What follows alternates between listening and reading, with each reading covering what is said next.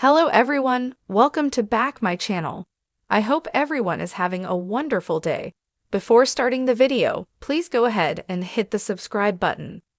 Jack and Diane arrive outside of society, kissing and eager to make up for their lost time. Peering through the window, she spots Victor and Nikki inside. It would make her day to ruin Victor's. Her husband suggests they ruin his day together. Nikki and Victor are sitting at a table inside. She's surprised to see Jack walk in with Diane on his arm. No sooner has Victor wiped his mouth than the Abbotts have swanned over to start the taunting. Nikki hopes that she's not witnessing a reconciliation. Jack confirms she is, and it's all because of Kyle. They talk about how the mustache used Kyle to hurt his parents, and Victor shoots back that if he wanted to hurt them, they wouldn't see it coming. He smirks as Diane calls him a backstabber. He assumes she must be upset about the Glissade deal. She says it was no deal. It was a scam, and he sold off the assets, leaving her an empty shell. I thought it was only fitting to give the empty shell of a company to the empty shell of a person, he says. They ask if he set their son up to fail. Victor says that's what his parents did to him. He claims he's many steps ahead of them. They bicker about the Abbott family being in that failing seems to be a genetic trait. Jack claims his son will do great things now that he's away from Victor. Suggests that Jack held his son down and crippled him. Jack and Diane cross the room and get a table. He assures his wife that Kyle will forgive them. The important thing is that they rescued him from Victor. Diane manages to smile as they realize that only a week ago, they never would have imagined spending Thanksgiving with their son. Jack thinks that this whole mess could be behind them by Christmas. Back across the room, Nikki cringes at how cozy Jack and Diane seem. Victor doesn't care about this, but she hates Jack being stuck with that woman. On her way out, Nikki stalks over to Jack and Diane for a moment to complain that she thought he'd come to his senses. After she's gone, Jack says Nikki doesn't like to be fooled, and their performance did that.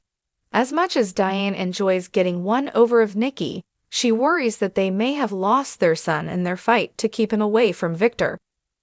Once again, Jack assures her they will not lose their son. She gives a skeptical snort. He gets a text and explains that when he heard that Victor was selling off Glissade's assets, he bought it all up at pennies on the dollar.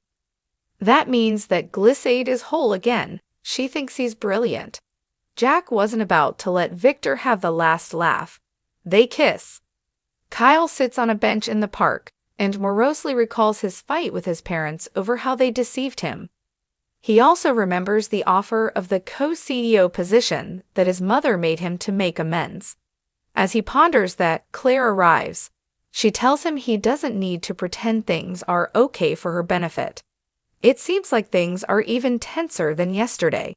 He explains that his mom dropped a bomb and offered to step aside and let him take her place at Jebat. Diane has claimed this is to make amends, but he's not sure if it's a sincere gesture of atonement or just another manipulation. Claire can't speak to his mom's motives, but she seems sincere to her and really seems to be hurt by all that's happened. Kyle still doesn't know if he can trust his parents. She's seen how genuine his mom's love and heartache are. He's tired of thinking about this, so he changes the topic to her and how her holiday went. She loved it. The family holiday stuff is new to her. He says she deserves to be surrounded by love and family. They kiss. Nikki and Victor drop by the Chancellor offices, where Esther is happy to greet them, even if she doesn't know what the company is called at this point. The new bosses assure her it will always be Chancellor. Esther is sure that Mrs. C would approve and would love having Nikki in charge. They assure her that she can keep her job. When they wander into Nikki's office, Victor's impressed by how much she's already made it her own. His wife shows him the office-warming gifts that her kids gave her and then holds up a photo of Catherine. He misses Catherine, but he's sure that Nikki will keep up her legacy and make the company even more successful. She says she should have had faith he would get what he had his mind set on. Chuckling, Victor has her sit behind the desk so he can take some photos to send to the family, so they know that she is finally the CEO of one of the biggest companies. Taking a deep breath, she says it feels right and she's ready to take on the world. The world better watch out, he says. She beams.